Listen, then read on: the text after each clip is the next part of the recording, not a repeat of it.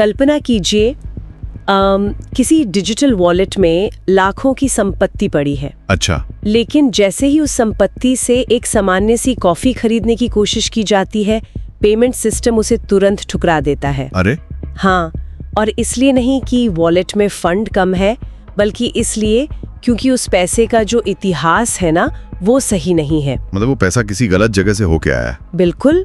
हम अक्सर यही मानकर चलते हैं कि पैसे का अपना कोई चरित्र या इतिहास नहीं होता। मतलब अगर $1 या ₹1 वॉलेट में है तो उसकी कीमत वही रहेगी, है ना, चाहे वो कहीं से भी आया हो। हाँ, परंपरागत अर्थशास्त्र में इसे ही तो हम फंजिबिलिटी कहते हैं। सही कहा। लेकिन आज के इस डीप डाइव में हम एक ऐसे विषय की तह तक जाने वाले हैं जो इस पूरी फंजिबिलिटी की मान्यता को जड़ से हिला रहा है, और वो भी बहुत तेजी से। हाँ, फरवरी 2025 में ओपन नेटवर्क की शुरुआत और पाई नेटवर्क के बिटगेट जैसे बड़े एक्सचेंजों पर लिस्ट होने के बाद जो स्रोत सामग्री हमारे पास है, उसमें एक बहुत ही जटिल बहस सामने आई है। देखिए, ये बहस सिर्फ एक नई क्रिप्टो करेंसी के बाजार में आने तक सीमित नहीं है। ये डिजिटल संपत्तियों की उपयोगिता और उनके मूल्यांकन के तरीके में एक बहुत बड़े ढांचागत बदलाव की ओर इशारा कर रही है। हाँ, जो स्रोत हमारे पास है वो एक ऐसे परिदृश्य का वर्णन कर रहे हैं जहां एक ही ब्लॉकचेन पर मौजूद 2 सिक्कों की कीमत अलग-अलग हो सकती है। बिल्कुल, और वो पूरी तरह से उनके उद्गम या यूं कहें कि उनके सोर्स पर निर्भर करेगा। और यही आज के हमारे इस डीप डाइव का मिशन भी है। स्रोत सामग्री के आधार पर हम ये डिकोड करेंगे कि क्या कोई व्यक्ति किसी बाहरी एक्सचेंज से सस्ते में पाई कॉइन्स खरीद कर सस्ते दाम पर, हाँ, सस्ते दाम पर खरीद कर क्या इकोसिस्टम के भीतर उसे जीसीवी दर पर इस्तेमाल कर सकता है, यानी ग्लोबल कंसेंसस वैल्यू। बिल्कुल, जिसे स्रोत $3,14,159 बता रहे हैं। तो क्या ये एक आसान आर्बिट्रेज का मौका है या इसके पीछे कोई मजबूत तकनीकी दीवार है? चलिए इसे थोड़ा विस्तार से समझते हैं। इस पूरी तकनीकी दीवार को समझने के लिए ना हमें सबसे पहले ब्लॉकचेन की ट्रैकिंग क्षमता और KYB के गठजोड़ को समझना होगा। अच्छा। जो लोग क्रिप्टो को करीब से फॉलो करते हैं वे ये तो जानते ही हैं कि पब्लिक लेजर पर हर ट्रांजैक्शन ट्रैक होता है। हाँ, वो तो बेसिक है। बिल्कुल, लेकिन यहाँ बात सिर्फ वॉलेट A से वॉलेट B तक फंड जाने की नहीं है। यहाँ असली गेम चेंजर है बड़े एक्सचेंजों का KYB सर्टिफिकेशन, मतलब नो योर बिजनेस सर्टिफिकेशन। हाँ, यहीं पर मुझे एक सवाल पूछना है। हम सालों से KYC के बारे में सुनते आ रहे हैं, नो योर कस्टमर, जहां यूजर्स की पहचान वेरीफाई की जाती है। हाँ, जो हर जगह होता है। तो इस पूरे मामले में स्रोत KYB पर इतना जोर क्यों दे रहे हैं? मेरा मतलब है, अगर ब्लॉकचेन वैसे भी हर ट्रांजैक्शन रिकॉर्ड कर रही है, तो एक्सचेंजों के बिजनेस सर्टिफिकेशन से माइनिंग वाले और ट्रेडिंग वाले सिक्कों को अलग करने में क्या खास मदद मिल रही है? यहाँ सबसे दिलचस्प बात यह है कि KYB अनुपालन का एक बहुत ही उच्च स्तर है। जब बिटगेट जैसे कोई एक्सचेंज KYB प्रमाणित होता है तो उसका मतलब है कि उसके ऑपरेशंस, उसके लिक्विडिटी पूल और उसके कॉर्पोरेट वॉलेट एड्रेस पूरी तरह से पारदर्शी होते हैं और रेगुलेटर्स के सामने घोषित होते हैं। मतलब वे अज्ञात या डार्क वॉलेट्स के रूप में काम नहीं कर सकते। अच्छा, तो सब कुछ ओपन होता है? बिल्कुल।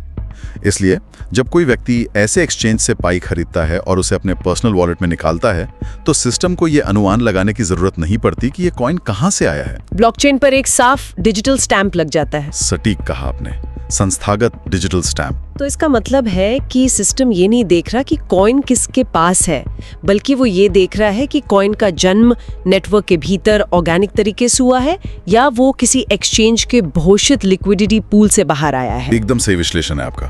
मैं थोड़ा और समझाता हूँ। जब कोई पायनियर अपने फोन पर माइनिंग करता है तो वो सिक्का नेटवर्क के मूल प्रोटोकॉल से सीधे उसके वॉलेट में उत्पन्न होता है। हाँ, मतलब वो फ्रेश सिक्का है। बिल्कुल, उसका डिजिटल सिग्नेचर पूरी तरह से नेटिव होता है। लेकिन एक्सचेंज से आया सिक्का एक ज्ञात थर्ड पार्टी वॉलेट से ट्रांसफर होकर आता है। अच्छा, और यही वो अंतर है? हाँ, यह अंतर डेटाबेस में एक परमानेंट फ्लैग या टैग की तरह काम करता है जिसे कभी मिटाया नहीं जा सकता। ये तकनीकी रूप से तो समझ में आता है, लेकिन क्या ब्लॉकचेन में कॉइन्स पानी में मिले पानी की तरह होते हैं जिसे अलग नहीं किया जा सकता, या फिर उनके पास अपनी कोई नंबर प्लेट होती है? देखिए, ये तो मैंने बताया कि उनकी अपनी एक अमिट नंबर प्लेट बन जाती है। वो फ्लैग ही उनकी नंबर प्लेट है। और यही बात हमें इस चर्चा के सबसे विवादित हिस्से की ओर ले जाती है, डुअल वैल्यू सिस्टम। हाँ, दोहरे मूल्य की प्रणाली। स्रोत सामग्री में स्पष्ट रूप से दो कीमतों का जिक्र है। एक तरफ मार्केट वैल्यू है जो एक्सचेंजों पर तय हो रही है, मान लीजिए $10 या $50। हाँ, जो ट्रेडिंग की कीमत है। और दूसरी तरफ इकोसिस्टम वैल्यू है जिसे जीसीवी कहा जा रहा है, और वो 3 लाख से ऊपर की एक विशाल संख्या है। बिल्कुल। आर्थिक दृष्टिकोण से मैं सोच रही थी कि ये बिल्कुल असंभव सा लगता है।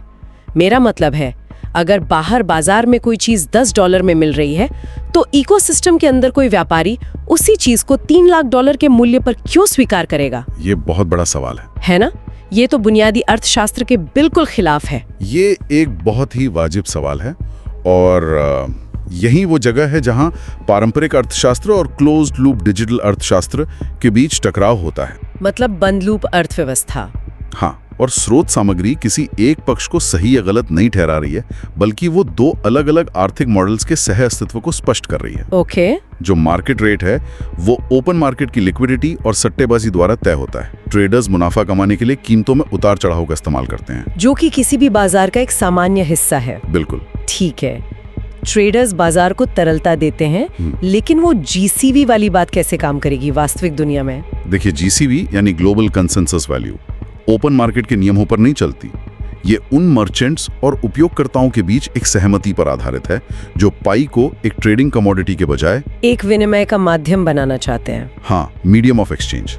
लेकिन आपने जो सवाल पूछा कि अगर बाहर $10 का मिल रहा है तो व्यापारी उसे $3 लाख के मूल्य पर क्यों लेगा? हाँ, क्यों लेगा? यहीं पर वो आर्बिट्रेज का सपना टूटता है। व्यापारी उस $10 वाले सिक्के को $3 लाख के मूल्य पर लेगा ही नहीं। लेकिन कोई भी मर्चेंट मैनुअल रूप से हर सिक्के का इतिहास कैसे चेक कर सकता है? मान लीजिए कोई पाई मॉल जैसे प्लेटफॉर्म पर जाकर लैपटॉप खरीद रहा है। मर्चेंट हर एक ग्राहक के सिक्के का पूरा ब्लॉकचेन इतिहास बैठकर चेक तो नहीं कर सकता ना? बिल्कुल नहीं कर सकता। अगर आर्बिट्रेज करने वाले हजारों लोग एक साथ सस्ते कॉइन लेकर इकोसिस्टम में घुस जाएं, तो ये पूरा जीसीवी मॉडल तो कुछ ही घंटों में क्रैश हो जाना चाहिए। हाँ, ये क्रैश हो जाता अगर ये इंसानों द्वारा नियंत्रित होता। अच्छा। लेकिन स्रोत हमें बताते हैं कि यहाँ स्मार्ट कॉन्ट्रैक्ट्स तस्वीर में आते हैं। मर्चेंट के पास एक ऑटोमेटेड सिस्टम होता है, तो ये मैनुअल नहीं है? बिल्कुल नहीं। इकोसिस्टम के जितने भी आधिकारिक ऐप्स हैं, उनके पेमेंट गेटवे स्मार्ट कॉन्ट्रैक्ट्स पर आधारित हैं। आप इन स्मार्ट कॉन्ट्रैक्ट्स को एक बेहद सख्त कोड से बने बाउंसर की तरह समझ सकते हैं। अरे वाह! तो ये बाउंसर हर ट्रांजैक्शन के समय कॉइन का आईडी कार्ड चेक करता है? बिल्कुल उसी तरह। जब ग्राहक पेमेंट कंफर्म करने के लिए क्लिक करता है, तो वो स्मार्ट कॉन्ट्रैक्ट मिलीसेकंड्स में उस कॉइन के उद्गम इतिहास को स्कैन करता है। मतलब उसके सोर्स को? हाँ, और जैसे ही उसे KYB प्रमाणित एक्सचेंज के वॉलेट का वो डिजिटल स्टैंप या फ्लैग दिखता है, तो वो रिजेक्ट कर देता है। कॉन्ट्रैक्ट तुरंत उस कॉइन को जीसीवी रेट वाले इकोसिस्टम से ब्लॉक कर देता है। मर्चेंट को कुछ नहीं करना पड़ता, सिस्टम खुद ही उस ट्रांजैक्शन को अमान्य कर देगा। वाह! तो इसका मतलब ये हुआ कि आप सस्ते में सिक्का खरीद जरूर सकते हैं, लेकिन आप इकोसिस्टम की उस दीवार को पार नहीं कर सकते। बिल्कुल। लेकिन यहाँ एक और पेचीदा सवाल मेरे दिमाग में आ रहा है। चलिए मान लेते हैं कि स्मार्ट कॉन्ट्रैक्ट ने काम किया, लेकिन एक मर्चेंट के नजरिए से सोचिए। ठीक है। अगर किसी लूप होल की वजह से एक्सचेंज वाला सिक्का मर्चेंट के वॉलेट में आ भी गया, तो मर्चेंट का क्या नुकसान है? सिक्का तो सिक्का है ना? नहीं, इस इकोसिस्टम में सिक्का सिर्फ सिक्का नहीं है। स्रोत सामग्री में एक लिक्विडिटी बैरियर का जिक्र है, जो व्यापारियों की वास्तविकता को दर्शाता है। अच्छा, ये लिक्विडिटी बैरियर क्या है? देखिए, अगर एक मर्चेंट एक लैपटॉप जैसी वास्तविक दुनिया की कोई मूल्यवान वस्तु दे रहा है, तो उसे उस पाई का इस्तेमाल आगे अपने सप्लायर्स को पेमेंट करने या अन्य सामान खरीदने के लिए भी तो करना होगा। हाँ, साइकिल तो चलानी है। बिल्कुल। और अगर मर्चेंट के पास फ्लैग्ड या एक्सचेंज से आया हुआ सिक्का आ जाता है, तो इकोसिस्टम के बाकी व्यापारी उस मर्चेंट से वो सिक्का जीसीवी रेट पर स्वीकार नहीं करेंगे। ओहो, मतलब वो सिक्का उस मर्चेंट के लिए एक तरह से डेड एसेट बन जाएगा। पूरी तरह से। उससे वो सिक्का वापस बाहरी एक्सचेंज पर ले जाकर $10 की मामूली कीमत पर बेचना पड़ेगा, जबकि उसने उसके बदले $1000 का लैपटॉप दिया था। ठीक, यही कारण है कि कोई भी मर्चेंट इस जोखिम को नहीं उठाएगा। वे अपनी वैल्यू और अपनी क्रय शक्ति बनाए रखने के लिए सिर्फ शुद्ध माइनिंग वाले पाई की ही मांग करेंगे। तो ये एक तरह का सेल्फ रेगुलेटिंग सिस्टम बन गया। हाँ, एक बंद अर्थव्यवस्था तभी टिक सकती है जब उसके भीतर घूमने वाले मूल्य पर सबकी सहमति हो और बाहरी उतार चढ़ाव उस पर हावी ना हो सके। यहाँ कहानी वाकई बहुत दिलचस्प हो जाती है। क्योंकि जो चीज हम यहाँ देख रहे हैं ना, वो क्रिप्टो करेंसी की दुनिया में एक बहुत बड़ा दार्शनिक बदलाव है। बिल्कुल। अब तक हम मानते थे कि टोकन फंजिबल होते हैं, लेकिन स्रोत सामग्री में मैंने एक कंसेप्ट पढ़ा दोहरे वॉलेट्स का। Dual wallets. हाँ, क्या आप इसे समझा सकते हैं? क्या ऐसा हो सकता है कि यूजर के एक ही वॉलेट में कॉइन्स की दो अलग अलग कैटेगरी दिखाई दे? ये तकनीकी रूप से बहुत संभव है और स्रोत इसी दिशा में इशारा भी करते हैं। पारदर्शिता बनाए रखने के लिए यूजर इंटरफेस को इस तरह से डिजाइन किया जा सकता है जहां एक ही ऐप के अंदर आपको दो बैलेंस दिखें। अच्छा, वो कैसे काम करेगा? एक होगा माइंड बैलेंस, यानी वो बैलेंस जिसे यूजर ने सालों तक नेटवर्क से जुड़कर प्रूफ ऑफ एंगेजमेंट के जरिए माइन किया है, जो ऑर्गेनिक है। हाँ। और दूसरा होगा परचेज्ड बैलेंस, जो उसने बाहर के ओपन मार्केट या एक्सचेंज से खरीदा है। ये तो ऐसा है जैसे आपके पास दो अलग अलग बैंक अकाउंट्स हैं, लेकिन उनका महत्व अलग अलग है। और ये महत्व इसलिए अलग है क्योंकि दोनों की क्रय शक्ति अलग अलग होगी। माइंड बैलेंस का इस्तेमाल इकोसिस्टम के हाई वैल्यू ट्रांजैक्शन यानी जीसीवी रेट पर किया जा सकेगा। और परचेज्ड वाले का? जबकि परचेज्ड बैलेंस शायद सिर्फ बाहरी ट्रेडिंग या बहुत ही सीमित उपयोगिता वाले कार्यों के लिए काम आए। ये तो फंजिबल टोकन से रेपुटेशन बैक्ड टोकन्स की ओर एक बहुत बड़ा कदम है। बिल्कुल। जहां कॉइन की कीमत इस बात से तय नहीं हो रही कि वो क्या है, बल्कि इस बात से तय हो रही है कि वो कैसे अर्जित किया गया है। सही कहा आपने। ये सच में सुनने वालों के लिए एक आहा मोमेंट है। हम पैसे को सिर्फ मात्रा के रूप में देखना बंद कर रहे हैं और उसकी गुणवत्ता या इतिहास को भी उसकी कीमत का हिस्सा बना रहे हैं। हाँ, और ये एक बहुत नया कॉन्सेप्ट है। लेकिन मैं ये सोच रही थी कि फरवरी 2025 की लिस्टिंग के बाद क्या ये सबसे एक थ्योरी है जो लोग लगातार शॉर्टकट अपनाकर सिस्टम को धोखा देने की कोशिश कर रहे हैं? क्या उनके लिए कोई वास्तविक परिणाम है? अगर हम इसे व्यापक संदर्भ में देखें तो ये अब सिर्फ थ्योरी नहीं रही। लिस्टिंग के बाद से कोर टीम और नेटवर्क के डेवलपर्स द्वारा जो निगरानी की जा रही है वो बहुत सख्त है। अच्छा। स्रोत स्पष्ट करते हैं कि ब्लॉकचेन सिर्फ एक मूक दर्शक नहीं है, ये एक सक्रिय एल्गोरिज्म है जो हर वॉलेट के व्यवहार और ट्रांजैक्शन पैटर्न को मॉनिटर कर रहा है। मतलब सब कुछ ट्रैक हो रहा है? हाँ, और यहीं पर ट्रस्ट स्कोर का कॉन्सेप्ट लागू होता है। मतलब एक तरह का फाइनेंशियल क्रेडिट स्कोर। आप इसे एक बिहेवियरल क्रेडिट स्कोर कह सकते हैं। सिस्टम देखता है कि क्या कोई वॉलेट बाहरी एक्सचेंजों से भारी मात्रा में कॉइन्स मंगा रहा है। ओके। और फिर तुरंत इकोसिस्टम के मर्चेंट्स को पेमेंट करने की कोशिश कर रहा है। इस तरह के पैटर्न्स आर्बिट्राज या सिस्टम को गेम करने की कोशिश का साफ संकेत होते हैं। और अगर सिस्टम किसी को ऐसा करते हुए पकड़ लेता है तो पेनल्टी क्या होती है? ऐसे वॉलेट्स को एल्गोरिदम द्वारा लो ट्रस्ट स्कोर की श्रेणी में डाल दिया जाता है, कम भरोसेमंद स्कोर में। तो क्या उनके कॉइन्स जब्त हो जाते हैं? नहीं, इसका मतलब ये नहीं कि उनके कॉइन्स जब्त हो जाएंगे। ब्लॉकचेन पर ऐसा नहीं होता, लेकिन इसका मतलब ये जरूर है कि वो वॉलेट इकोसिस्टम के अंदर अपनी उपयोगिता खो देगा। ओहो। कम ट्रस्ट स्कोर वाले यूजर्स को प्रीमियम मर्चेंट ऑफर्स, जीसीवी आधारित डील्स और इकोसिस्टम के भीतर की उच्च स्तरीय सेवाओं से डीलिस्ट या ब्लॉक किया जा सकता है। ये तो एक तरह से डिजिटल निर्वासन हो गया। आपके पास पैसा तो है, लेकिन जहां उस पैसे की सबसे ज्यादा कीमत है, आप उस बाजार में घुस ही नहीं सकते। बिल्कुल। स्रोत के अनुसार नेटवर्क का मुख्य जोर सट्टेबाजी पर नहीं बल्कि वास्तविक उपयोगिता पर है, यूटिलिटी पर। हाँ, और इसे सुरक्षित रखने के लिए वे किसी भी हद तक जाने को तैयार हैं। और यही वो बिंदु है जहां दोनों मॉडलों का फर्क साफ हो जाता है। वो कैसे? जो लोग एक्सचेंजों पर ट्रेड कर रहे हैं वे ओपन मार्केट के नियमों के तहत काम कर रहे हैं, वहां लिक्विडिटी है, वॉलेटिलिटी है।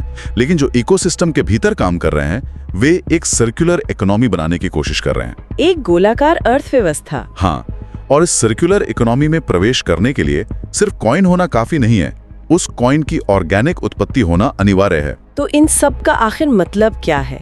अगर हम इस पूरे तकनीकी और आर्थिक विश्लेषण को एक जगह समेटें तो ये बात शीशे की तरह साफ हो जाती है कि कम से कम इस विशेष ब्लॉकचेन मॉडल में ना शॉर्टकट काम नहीं आते। बिल्कुल नहीं आते। एक्सचेंज से सस्ते में पाई खरीदना तकनीकी रूप से बहुत आसान है, उसमें कोई रोक टोक नहीं है। लेकिन उस खरीदे हुए कॉइन को एक बंद इकोसिस्टम के भीतर, जहां नियम, स्मार्ट कॉन्ट्रैक्ट्स और सामूहिक सहमति से चलते हैं, हाँ, वहां रातों रात अमीर बनने के लिए जीसीवी रेट पर इस्तेमाल करना एक अभेद दीवार से टकराने जैसा है। तार्किक रूप से देखें तो ये एक बहुत ही साहसिक प्रयोग है।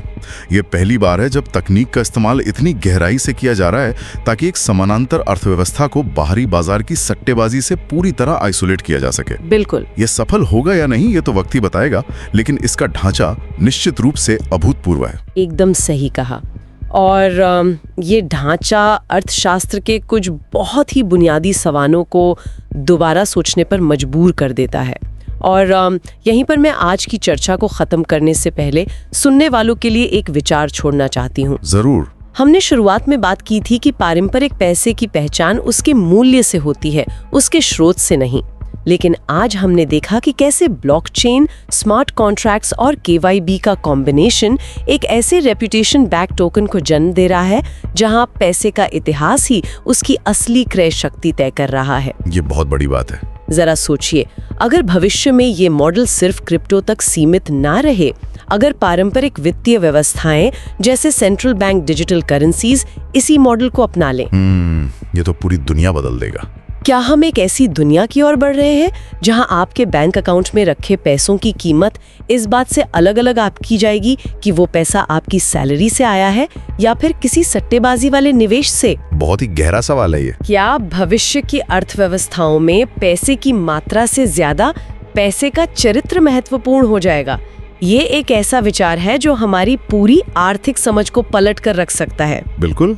तो सुनने वालों, इस नए कंसेप्ट पर विचार करें, अपनी रिसर्च जारी रखें और देखें कि मूल्य और तकनीक का ये टकराव आगे कौन सा नया मोड़ लेता है। इस डीप डाइव में हमारे साथ जुड़ने के लिए बहुत बहुत शुक्रिया। हम जल्द ही एक और जटिल विषय को डिकोड करने के लिए वापस लौटेंगे।